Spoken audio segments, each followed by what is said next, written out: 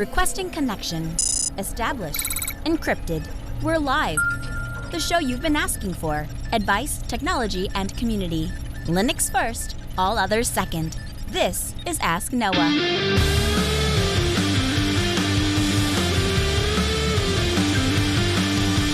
Live from Multispeed Technologies, the Ask Noah Show starts right now. This is the show where we came to do all the things on Linux they said couldn't be done and take your questions on how to do the same. The phone lines are open this hour to be part of the program. It is a free call, 1-855-450-NOAH. That's 1-855-450-6624, or send an email to live@asknoahshow.com. My name is Noah Chalaya. I am your host. Delighted to be here with you as another episode of the Ask Noah Show kicks off this hour. Joining me, my co-host, Mr. Steve Ovens. Welcome in, sir. You know, I'm loving the weather right now. It's low 60s here in South Dakota, and it's beautiful. You won't be saying that 6 weeks from now. Really? Because I'm kind of a winter person, if you hadn't noticed. I am too. You know why? I don't know. Tell me. Because if you're cold, you can always put more layers on. If you're hot, there's only so many layers you can take off before you start attracting some unwanted attention if you're picking up what I'm laying down. Even then, you get with the unwanted attention. There is still very little you can do once you've passed a certain heat threshold. That's right. And then you're just hot and miserable. Who wants to be hot and miserable? Not me. Yeah, exactly. Not you. That's why we're winter people. That's why we live up in the Neverland. Anyway, so kick off with some feedback, Steve. Let's do it. Woohoo! Our first email comes in from Juju. Juju writes in and says, "Hey, Noah and Steve, have you guys tried Q Own Notes before? I'm looking for a simple open note-taking app with sync capabilities. What are your thoughts on Joplin? Thanks, and I love the show." So, Steve, are you a note-taker? Sort of. It depends on what I am working on. Notes? And, well, that's not true, because nobody sits down to write notes just to write notes. They're usually about something. I mean, with that attitude, sure. But what if no, I'm just kidding. So, okay. So you sit down and well, let's actually start here. Not really directly related to Juju's question, but when you're sitting down with the client and they're throwing information at you like a fire hose, you're actually not opening up an app on your phone, not even an app on your laptop. How are you taking notes, and why do you do it that way? Normally, okay, it depends. If I'm with a colleague who is very much about collaborative note-taking, one of my colleagues in particular, he likes to project his notes up onto the screen so everybody sees what he's typing in order to contribute. If I'm with him, I'm totally taking notes in there. Mm-hmm. If I'm by myself, I can't take notes and pay attention at the same time. So I have to be fully present in the moment in order to be any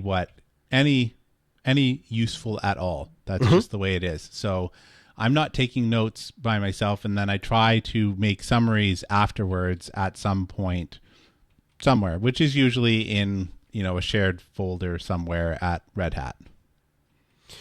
So if you find yourself in a boat where you need a simple open source note-taking app with sync capabilities, let's start with Standard Notes.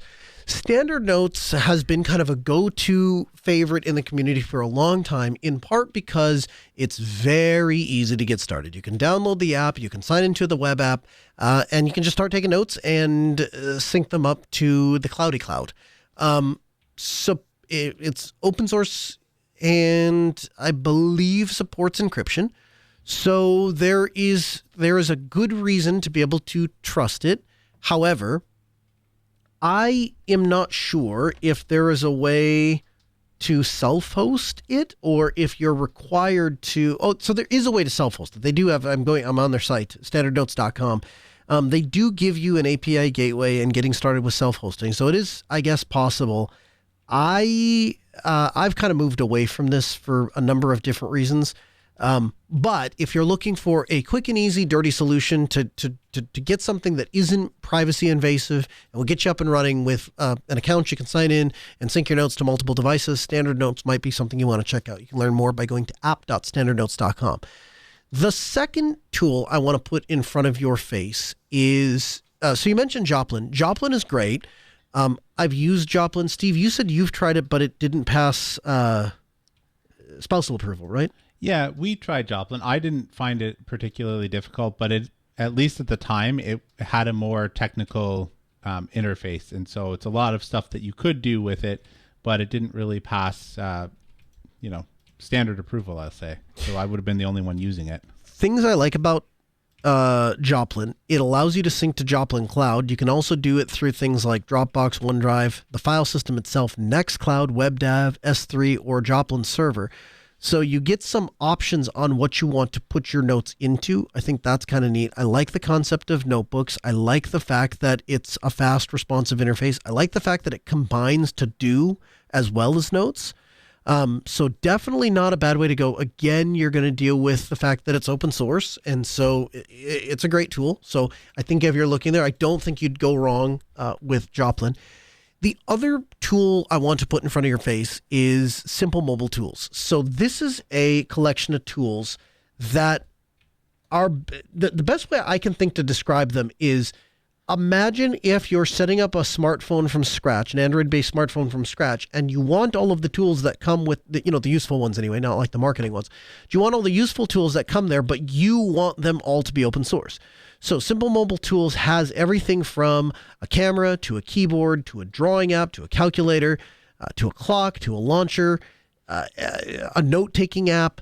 And so I started actually with their Contact app and then installed their Note app and then a few other ones.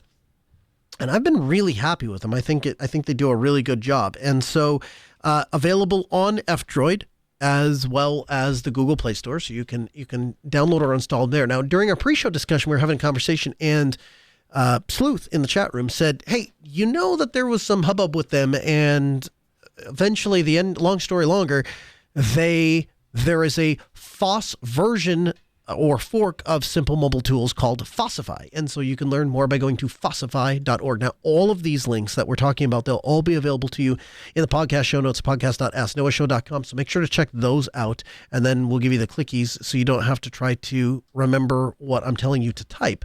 But if you go to fossify.org, there they have a file manager, a gallery, contacts, calendar, and messages. I didn't see inside of the Fossify specifically notes, which is why I'm also including Simple Mobile Tools, because they do have a notes app.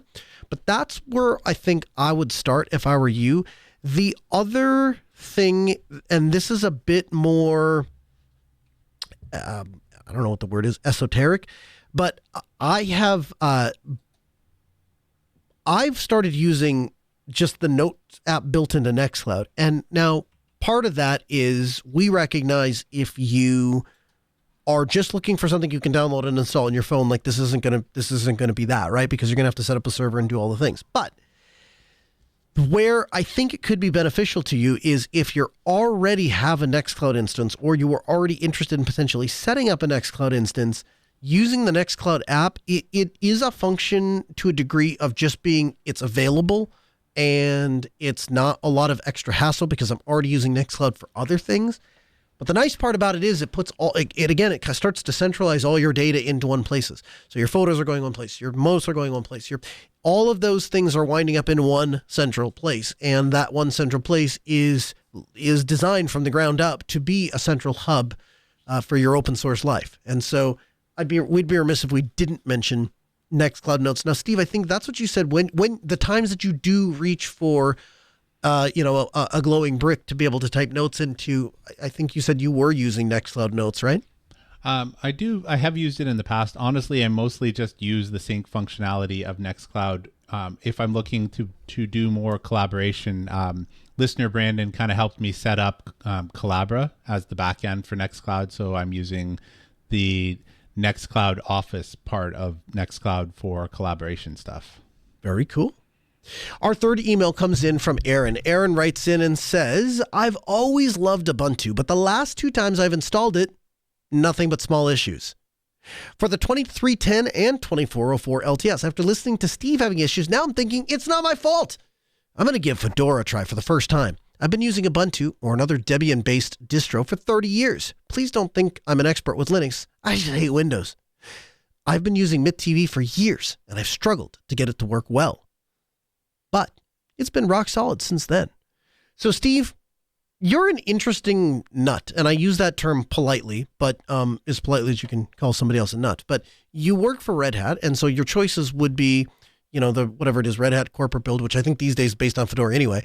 but also Fedora, also Ubuntu, or Arch, and you choose Arch. If you were Aaron, what would you tell him as he's considering his switch from Ubuntu to Fedora? I'd say go for it. I have a Fedora laptop that I actually pulled out today. I pull it out fairly frequently. I pulled it out today for troubleshooting. Was doing some development work and I couldn't track down a problem easily on my Arch desktop. So I pulled up my Fedora laptop and was able to kind of isolate the problem between the two of them. So I say, if Fedora is something that looks mildly interesting to you, give it a shot. I've liked it. I also like Ubuntu. I haven't used Ubuntu in anger for a while. I dabble with it. I put it on something for 3 or 4 months and then I get tired of it and move off, with the exception of Endless OS, which I believe is based on Ubuntu anyways. So that sticks around, but I don't see much of the Ubuntu guts using that anyways. So here's something I want to run past you, Steve. I get real concerned when I see people writing in that are running on Ubuntu, and particularly when they're running on the LTS and they're like, I got bit by small issues. I'd like to know, Aaron, what you mean by small issues, because I would like to dig into that further. But here's what my spidey senses tell me.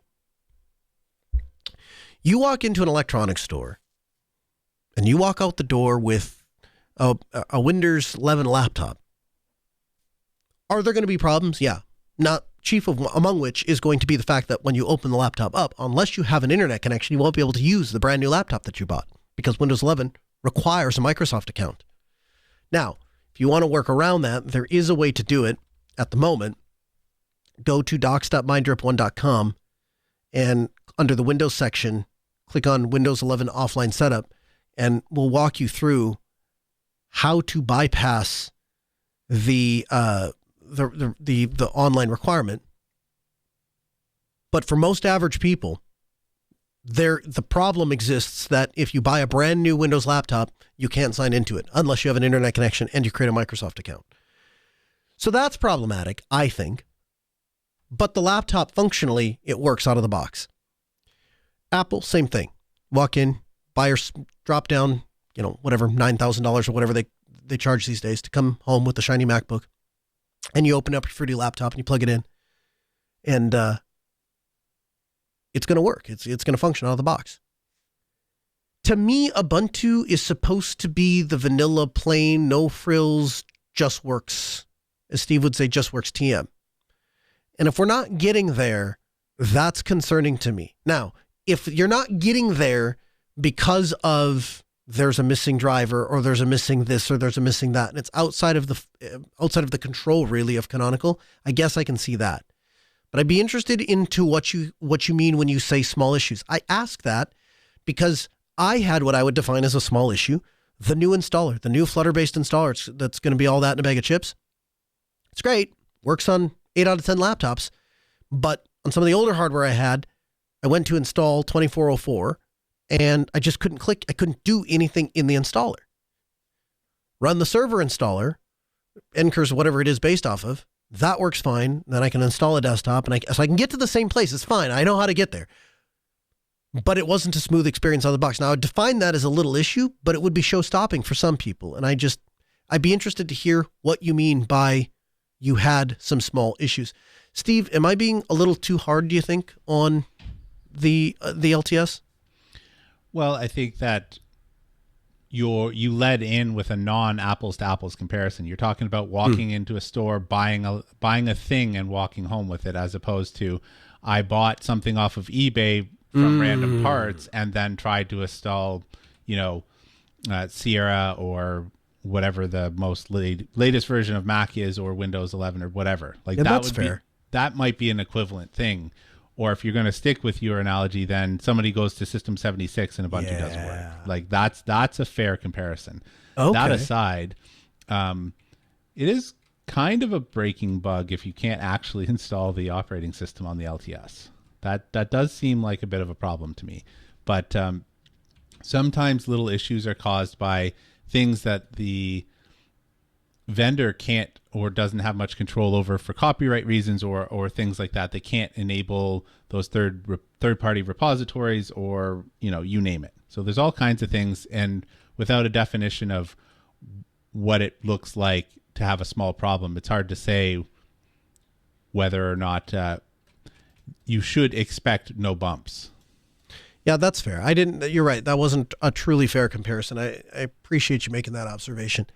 We got a number of emails from people talking about the audio from the last two episodes, and I apologize. I am so sorry.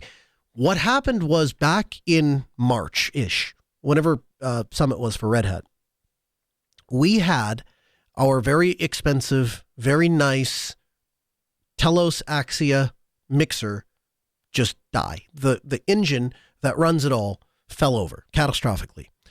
And so I contacted Axia and said, here's what's happening. And so the boys in Cleveland, they were right on it, and they shipped us a loaner. And so we were able to get back on the air and do the show. And most of you, other than that 1 week, didn't really notice this, that, or the other.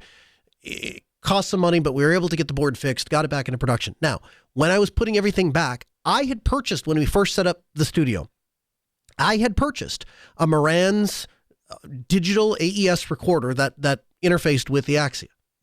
And for the first 300 some episodes of this show, I ran that as a backup in case of this very problem. The problem, if you're curious, is for whatever reason, on some Ubuntu boxes, the sample rate will change with a USB audio interface. And so if you don't statically set the sample rate, it changes between 44.1 and 48, which, as you imagine, causes tremendous problems with the recording. That's why you get this super low sounding things. Now, James Ruby-code.com in the chat room was kind enough to give me the pulse configuration for statically setting the sample rate, which I've done. So hopefully that solves the problem. I also this week took the time to go reinstall the Marantz digital recorder, AES recorder, back into the rack. So from this episode on out, we are back to our, what I would consider to be very high production quality audio. But I deeply apologize to those of you who suffered through listening to those two episodes, or if you didn't catch those two episodes, I completely understand. I understand that it was a rough listen, but I just wanted to apologize and let you know the problem is fixed going forward. From the Linux Newswire newsroom, this is the Week in Review with JT. For the week of September 29th, 2024, here's the Linux and open source news. Firefox 131 has been released. FFmpeg 7.1 is now out. GNU Cache 5.9 has been released. Postgres 7.1 is now available.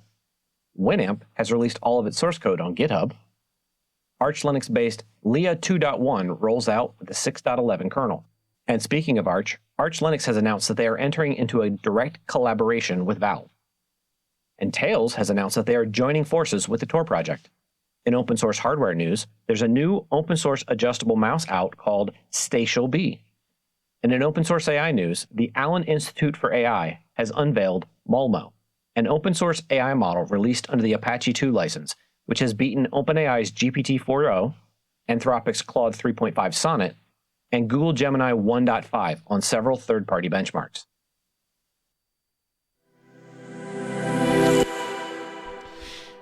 One of the things that came up this week was kind of surprising to me.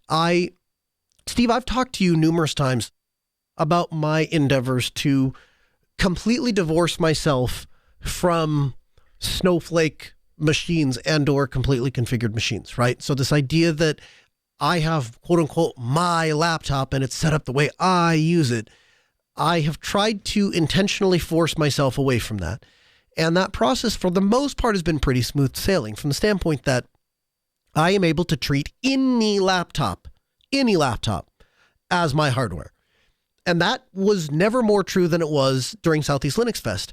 Landed in Charlotte, had a bit of an accident, and ended up spilling coffee inside of my laptop. Toasted it. It was dead to the world. So The good news about being in Charlotte, North Carolina is that they have the grid. If you're not familiar with the grid, it's God's gift to cheap technology. Drove over to the grid, spent a little over $200, bought a Fujitsu 13-inch Lifebook, which I used until I was able to get my Dell Latitude 7330 repaired. Went back, and so in the hotel room in the middle of the night, got my SSD set up, installed Arch, ran the playbook, moved all the data back over. I was back up and running, never missed a beat, and was on the air at 9 a.m. the next morning on KNOX. Worked great. So last night, I came to I don't even remember what it was that caused this, but I got to the point I was like, okay, time to blow it away, and I'm nuking paving. So blow away my laptop, reinstall Arch, run the same playbook that I've been running for a year and a half at this point. And it gets to the Flatpak installs, and they start failing. And I go to look into the error message, and the error message was, unable to load summary from remote FlatHub, signatures made Monday, September 30th, 2024.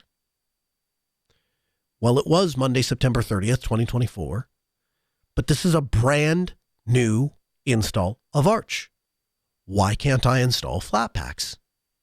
So I Googled. Error, unable to load summary from Flat. Okay, first thing I come across, github.com/Flatpak and an issue. The issue posted on Flatpak's GitHub page using their bug template, checked all the boxes, we agreed to the COC, we searched for the issue tracker, we had the issue as a particular app, not okay, all the things aside, right? We give the version, we give the distribution, we answer even the question, things like what distribution version are you using? Well, it's Arch, so okay. We get through all of that. Expected behavior, that I could install apps. Actual behavior, the error I've just told you. That bug was filed on September 22nd, 2022. Over 2 years ago. 2 years ago, this guy files this bug, and there isn't a single response. There isn't a response in the way of, this is a bug, we fixed it. This is a bug, here's how to fix it. This shouldn't happen. You screwed this up. You should have done it this way. Nothing. It's totally radio silent. So I go bombing around the internet. I was going to find it. And eventually I come across a couple different forum posts, and I'm eventually able to piece together that the answer to fix this problem is to force delete FlatHub as a remote and then re-add it. And sure enough, you run the remote delete and force the delete and run the remote add and add it back, and it does. It comes back and FlatHub starts working again. Okay, it's great. Three things I walked away with. The first thing is, these are the kinds of things that bite people that use open source stuff day in and day out that are confusing to me, right? If we're going to tell people the way to ship software is through Flatpaks and through FlatHub, and this is the way that we're going to deliver software, then it needs to work when people go to use those tools. Can you imagine if somebody pulled out an Android phone and opened up the Play Store, or somebody pulled out an iPhone and opened up the Apple App Store and tried to download an app and the app just didn't show up? That would be problematic. And so to a degree, I can recognize that, well, there's going to be various different things, particularly if you're trying to do signature verification and all those things. You want those things to fail because it tells you there may be something wrong with the source from which you're deriving your software from. So I get that. I understand that. As a nerd, I like that. I think that's great. But when somebody brings an issue to our attention, do we have any obligation to respond or to let them know, here's how to fix it? So couple things I'm doing. One is I'm bringing it up here on the show because I want to talk about it. FlatHub is used by many of you. If anybody else runs into this issue, I don't want you to have to spend 45, 50 minutes bombing around the internet to find the answer to this problem. The second thing I'm going to do, I'm going to sign into GitHub and reply to this 2-year-old thread and say, hey man, I'm sure you've likely long since solved your problem, or you haven't 2 years later, and you've just given up on using whatever thing you were trying to get installed. But Here's the answer for you or the next person that comes across this post. The second thing I wanted to do, and use this platform to do it, go easy on people when they resurrect threads. There's this faux pas on the internet to make a response or do something to some thread that has been buried, beneath the bowels of the internet. And when somebody goes into replies years later, then people are, this issue is 2 years old, don't respond. No, do respond. And here's why. Because just because that person may no longer be asking that question, somebody else may bounce around and land on that same thread, particularly when it's the GitHub issue page for the project that you're having a problem with. The answer should be there, not buried in other forms. It should be on the issue page so that the next person that comes across that problem knows what the answer is. I'm off my soapbox, Steve. Am I being too hard on flatpacks? I'm kind of in a mood tonight, aren't I? You know what? I'll just let you keep going. Okay, yeah. So we should do a better job. I mean, seriously, guys, let's get on this. So I'm doing my part as an internet citizen to go set the world right. But if you find yourself in a situation in which you're asking yourself, man, I wonder why I can't install Flatpaks, and you're getting that unable to load summary from Remote FlatHub, check out the show notes, podcast.asknoahshow.com. I'll have it all written out for you there. Reports of widespread outages being experienced of Verizon customers began emerging around 9 a.m. yesterday, with notes of both voice and data being unavailable for some, but not all, customers. So, unless you're living under a rock, you likely heard about the outage that Verizon had yesterday. Now, there's a couple of things that I think are just unforgivable and inexcusable from a company as large as Verizon. The first of which being, there has been and continues to be no clear communication from Verizon as to why this happened. If you are selling people a service and your service doesn't work, at the very minimum, you should tell people that your service is not working, and hopefully within a reasonable time period, you will give them an explanation as to why the service isn't working and what you're doing to rectify the issue. It's been over 24 hours. Not only do we not have any answers from Verizon as to what caused this, nobody's really asking questions anymore. And because there's a void of information, you know what we do, Steve, when we don't have answers to questions? We just make it up. And so now I'm reading one news article and or forum post and or Reddit thread after the other of people speculating as to why Verizon went down, many of which don't make any sense. Like, so for example, some people are like, oh, well, I cut the fiber in the hurricane. That's the problem. Well, no, it didn't, because we literally had two people at a client, same phone, Verizon service, same office, standing 3 feet apart. One had service, one was in SOS mode. So if there's some line that is cut or some tower that is down or whatever that explanation is, how does that make any sense to two people in the same location with the same phone having totally different experiences? So that doesn't quite pass a sniff test. The second problem, I think, again, I think this is maybe less inexcusable from a company like Verizon, but there was no clear ETAs when communication would be restored. Now, to a degree, I get it. I've been on the other end of somebody going, when's it going to be up? I don't know. You'll know when I know. So I get that to a degree. But the last thing was, many people have started to rely on their glowing bricks as their conduit to life. And yesterday, working in IT, you get a front row seat to people's problems every day. So that part isn't new to me.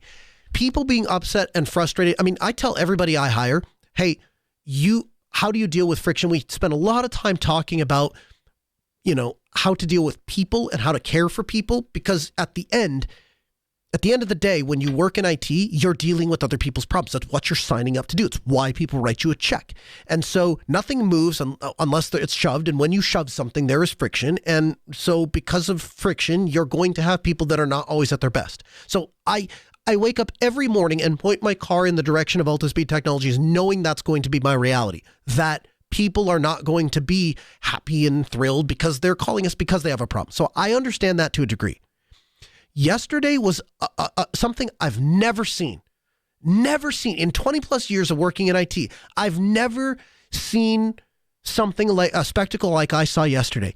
People pounding their fist on counters and lines out the door and screaming at the top of their lungs at store clerks that had nothing to do with the issue and frankly have no ability to solve the issue.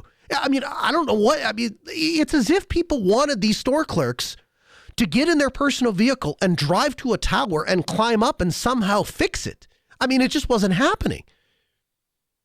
And when I think about, well, why are we so upset? Like, to a degree, I get it. And I was reading stories on Reddit and on the internet, and I was hearing from customers and people that, you know, some people, the funniest of which, there were some people that their Verizon phone was the only way that they can communicate with other people. And so when they couldn't communicate with other people, they naturally tried to contact Verizon, which of course they couldn't do because they couldn't make phone calls. So then they tried to sign into their Verizon account. When they realized that none of that was working from their device, they tried to get access from another device to sign into the Verizon account. But what they noticed pretty quickly on was that Verizon requires two-factor authentication to be sent to a device that is on your Verizon account. Those devices, of course, weren't working. So you couldn't get the two-factor SMS. Therefore, you couldn't log into your Verizon account. And then to add insult to injury, some people were still getting notifications from the Verizon billing app to pay the bill for the service that wasn't working. So it was just an utter mess. It was just a dumpster fire of a mess. But watching people's humanity devolve before my very eyes was enlightening, to say the least. And so I came away with it with a couple of thoughts. The first thing is, at Altispeed, some of our folks had Verizon. They were largely unaffected by this. I mean, they were affected insofar as their mobile device didn't work, but they weren't affected because when they were in the shop, they had Wi-Fi. All of our communications, our voice communications, go through SIP. And so whether they were using LinPhone or 3CX, they were able to make and receive voice calls. All of our texting comes and goes through JMP. And so as long as they have Wi-Fi, which we did because we have internet, because we're an IT company, they were able to send and receive text messages. We didn't experience any of this. On top of that, all of our internal communication is run on Matrix. We host our own Matrix server. And so all of our voice calls internally, that's not even SIP. It is because underlying RTP, all the things. But that's being done through Element. And that was working just fine. So we actually weathered the storm rather well. The only downside was there's maybe a little bit of a gap while people were in transit to and from clients. But we don't want people on their phones anyway. So it was actually kind of a blessing that way. So all of that worked really, really well. And it was one of the times that as I drove by the store and watched people, I can't describe it any other way than losing their humanity over the fact that their stupid glowing brick isn't working. As I watched that happen and I walked back into our shop and we're just hanging out and carrying on like any other day, I thought all of the times that I sit down behind a microphone and tell you that all of the tools and devices that need to exist for a business to operate should be in the building and or at least under the control of the business who operates it. We practice what we preach. We eat our own dog food. And because of that, we were happy as a clam. We didn't notice any different because we don't depend on any particular service provider. We host it all ourselves and all our stuff was working just fine. So we carried on. But that was not other people's reality. Real estate agents completely dead in the water. I had a coworker that I work with at the radio station that was, they were losing their mind. They didn't have any communication. And the question he kept asking me is, I don't understand. Verizon tells me that I can make and receive calls over Wi-Fi, that I can send and receive texts over Wi-Fi. I'm connected to Wi-Fi. Why isn't it working? And the answer, of course, is that requires the Verizon cloud thing to be functioning. So even if you have access to the internet, there's nothing at the end of that other big end pipe. And because there's nobody answering at the other end of the pipe, it doesn't matter how you get a connection to the world. You can't communicate. And this is going to come back in a larger segment. I don't know if it's going to be a segment here on Ask Noah, if it's going to be a segment on Critical Thought, but Telegram is changing the way that they're operating as a result of the country of France arresting the CEO of Telegram. Elon Musk is facing new fines for getting kicked out of Brazil for X. Companies in the U.S. are imposing new restrictions on social media companies and specifically on younger teens for using their communication platforms. And the EU is mandating that other companies participate in interoperability. The problem is becoming that the companies that they're doing this with, companies like WhatsApp, which, again, I watched on the internet as people were recommending, well, if your Verizon phone doesn't work, just use the WhatsApp. That'll work just great. Yeah, only if the other person has WhatsApp. And because they are required by the Digital Markets Act to be able to interoperate, WhatsApp will let you talk to other services to include Matrix. The problem is you have to have that WhatsApp user manually enable DMA in the settings before they can send or receive traffic from interconnecting service providers like Element, meaning WhatsApp users aren't reachable by default.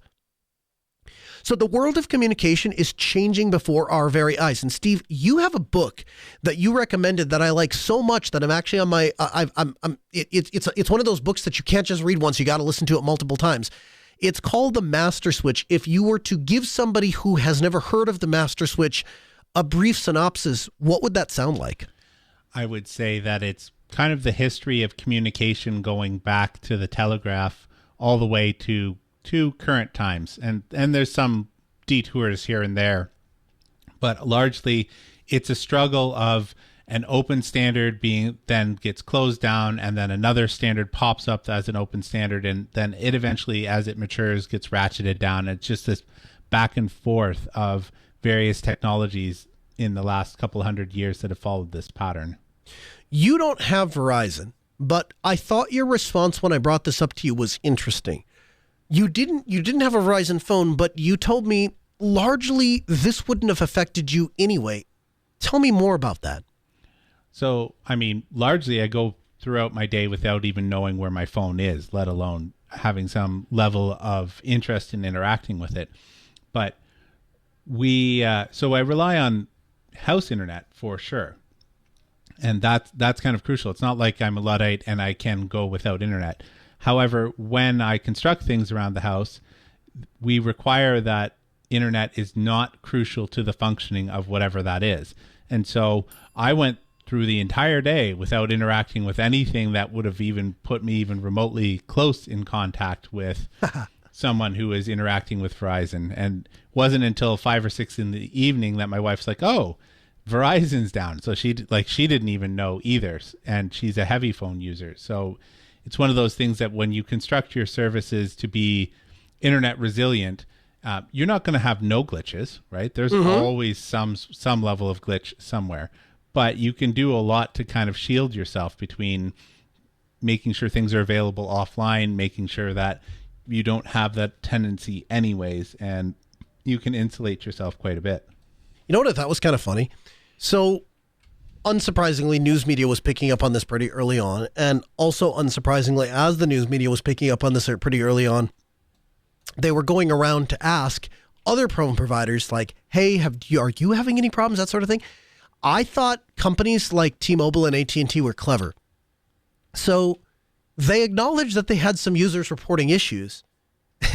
And then they, in kind of an underhand, a backhanded backslap to Verizon, go, we only have problems with our customers reaching another network.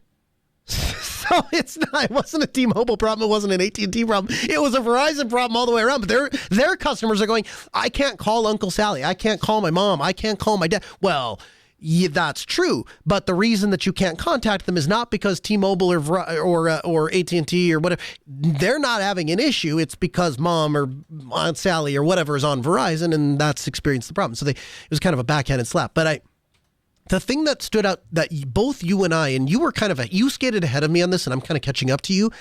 I don't want to be a slave to the glowing brick. I don't think being a slave to the glowing brick is good. And if I felt that way before September 30th of 2024, watching people lose their ever-loving mind that their glowing bricks stop communicating has cemented it for me. It's a bad thing. It is absolutely a bad thing. When you act like an addict in the phone store because your telephone doesn't work, there's something larger wrong than a service outage. Something more is going on in your life that you need to address, because that's more than a service outage. And I get it. I understand more than most people that when we lose the ability to communicate or technology fails us, it brings our business to a halt. It brings our personal life to a halt. You might be dealing with dynamic critical incidents in your personal life in the way of a death of a family member or a sick loved one or a kid that you're trying to keep watching. I don't know. All of the things that we use technology to better our lives and we've learned to heavily rely on. And when it falls over, I understand how painful and challenging that can be. But in the end, if you take nothing away from this podcast that you listen to, and I assume that you care what we think, that's why you listen to us. If you take nothing else away from it, situate your technical life such that you can survive a failure. The things that you really care about, the things that you really need, the things that you can't live without, the things that would be devastating to you if they weren't there. Find those things and find a way to provide them for yourself, because the technology absolutely exists. And the largest companies in the world are leveraging Linux and open source to do that. So you can too.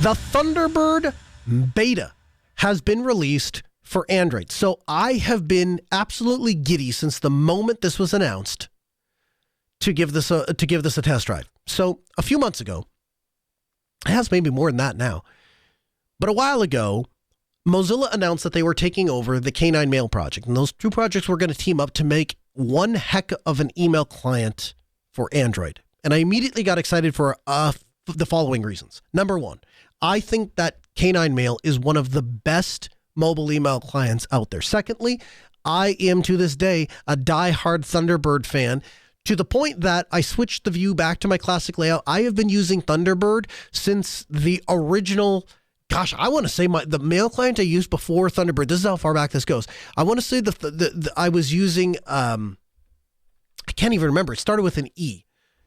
Eureka, something like that. But there was a mail client for Windows way back in the 90s. And I went from that over to Thunderbird. I've never looked back. It's been an absolutely fantastic experience. I love everything about it.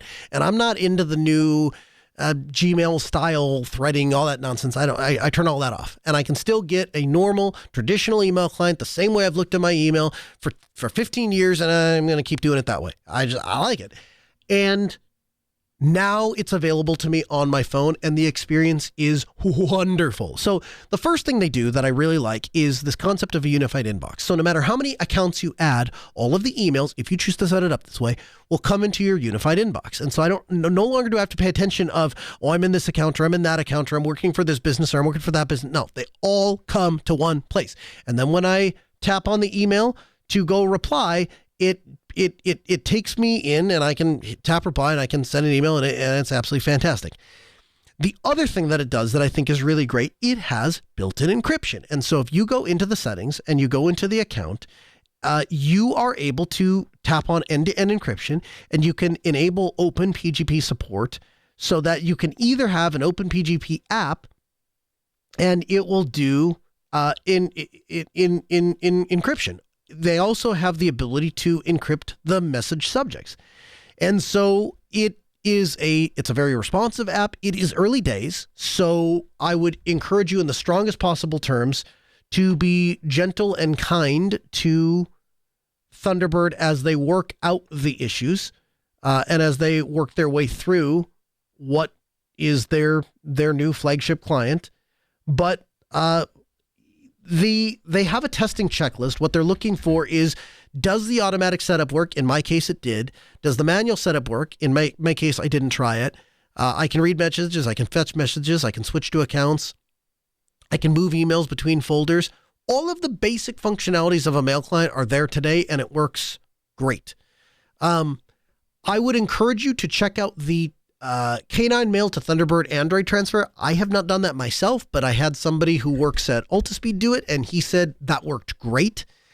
And then they're asking for feedback. And so if you go to the Thunderbird for Android mailing list, we'll have links for all of the stuff in the chat room or in the show notes at podcast.asknoahshow.com. So you can do that. They also have a chat room that is chat.mozilla.org, pound tb-android-mozilla.org. And so you can get to that on any Matrix instance and participate in the chat and let them know what you like, let them know what you struggle with. but I'm never looking back. I found my mobile mail client. I'm sticking here for the foreseeable future. Steve, are you a mobile email guy, or again, it's the glowing brick? We don't talk about the glowing brick. We don't want to acknowledge the glowing. I mean, I keep email on my phone. There are receipts and things like that I need on the go when I'm traveling. So I use Proton Mail, so I use their client, and I haven't. I'm not a power user. Don't come to me asking me how email clients are, because I get email and that's all that I need it to do. And beyond that, I don't really care. So I don't use fancy filtering or anything like that, especially not on the phone. It just needs to show up. Absolutely. So if you have a need for a mobile email client and you're interested in checking one out, I'd highly suggest you check out Mozilla Beta. You do have to, it's available in the Play Store. They also have an APK on their site, so if you want to install it yourself by hand, you're welcome to do so. But highly would invite you to do that. So Steve, before we wrap up the program, I want to get your thoughts on this. So as I was reloading my laptop last night, I ran into this FlatHub issue. I started to second guess my modality, I guess, for lack of a better way to phrase that. So it has worked well for me for a year and a half to say, here are the software that I need, install it. Here is the data I need, copy it over. And I have found that I can take almost any piece of hardware, plug an Arch, install EndeavourOS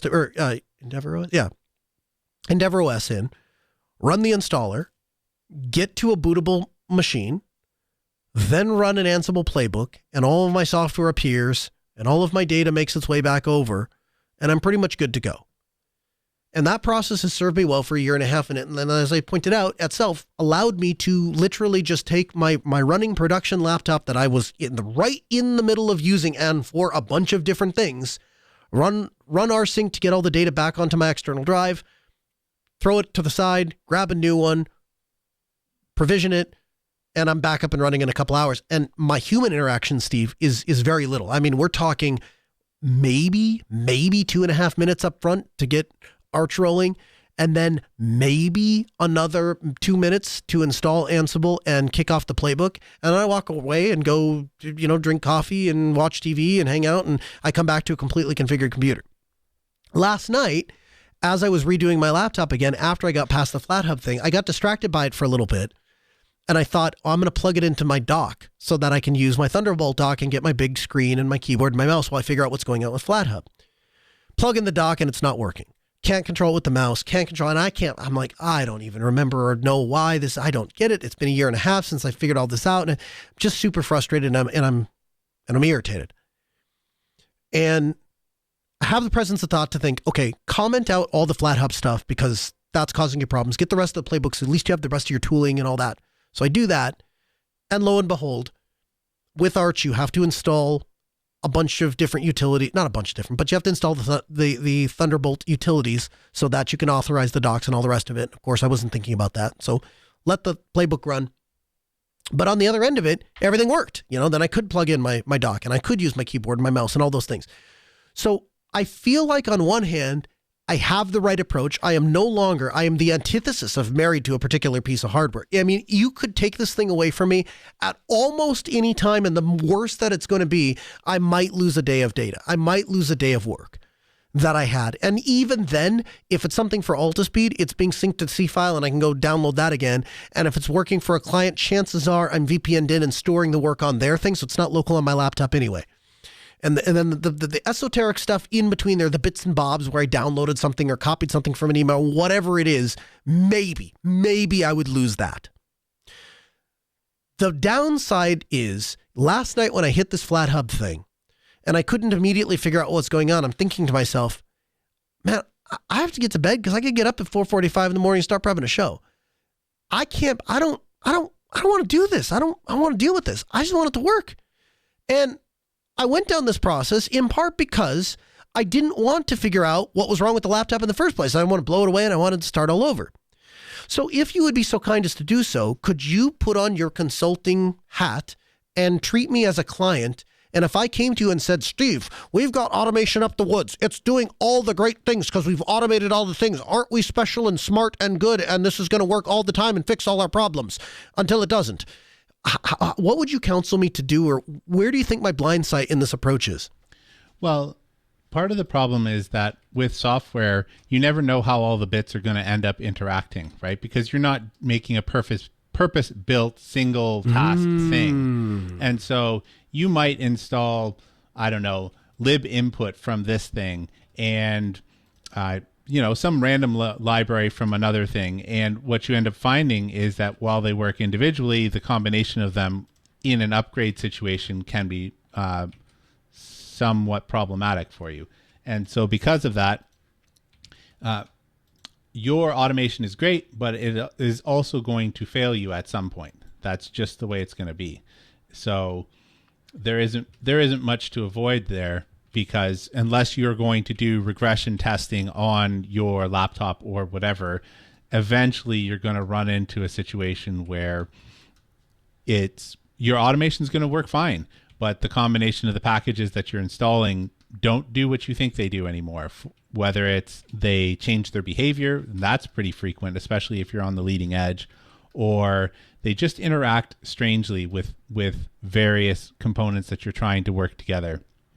So you're never going to be completely safe from the standpoint of having to do nothing to your system.